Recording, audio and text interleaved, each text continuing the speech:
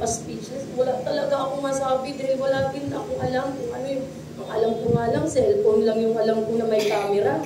Tsaka yung camera talaga na camera na local na nakikita natin sa pag nagpa-picture making. Yung mga ganyang mga bagay ko, hindi ko na po alam kung anong mga tawag dyan. Wala pa akong idea kung sila.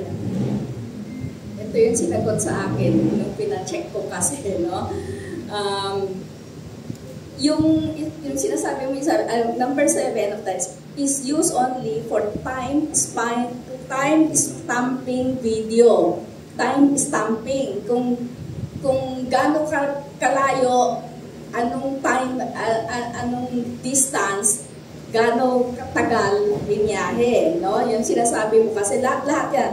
Yung sinasabi mo is just a centralized storage device, just like a big centralized hard drive, no?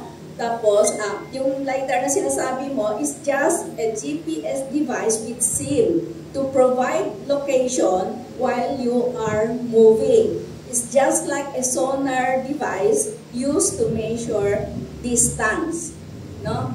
Yun yung marami kasi nga, ako rin, hindi ko rin alam. Anyway, whatever it is, it behooves the government to do due diligence and find out, despite equipment din, the fact na lahat yung pina-check ko, tinawagan niya talaga and he found out it is available in Shopee and Lazada. Ako, hindi ko alam yun. As I said, all of this, pasensya na, pati ako to rin, nag-i-speculate. All of the secondary information to me na available yan dahil talagang nakiusap ako sa expert. Tapos merong isang civil engineer group nag-offer na, Tessie, pakita mo sa amin yung equipment, kami mag-a-attest kung ano yan. Anyway, dagdag ko lang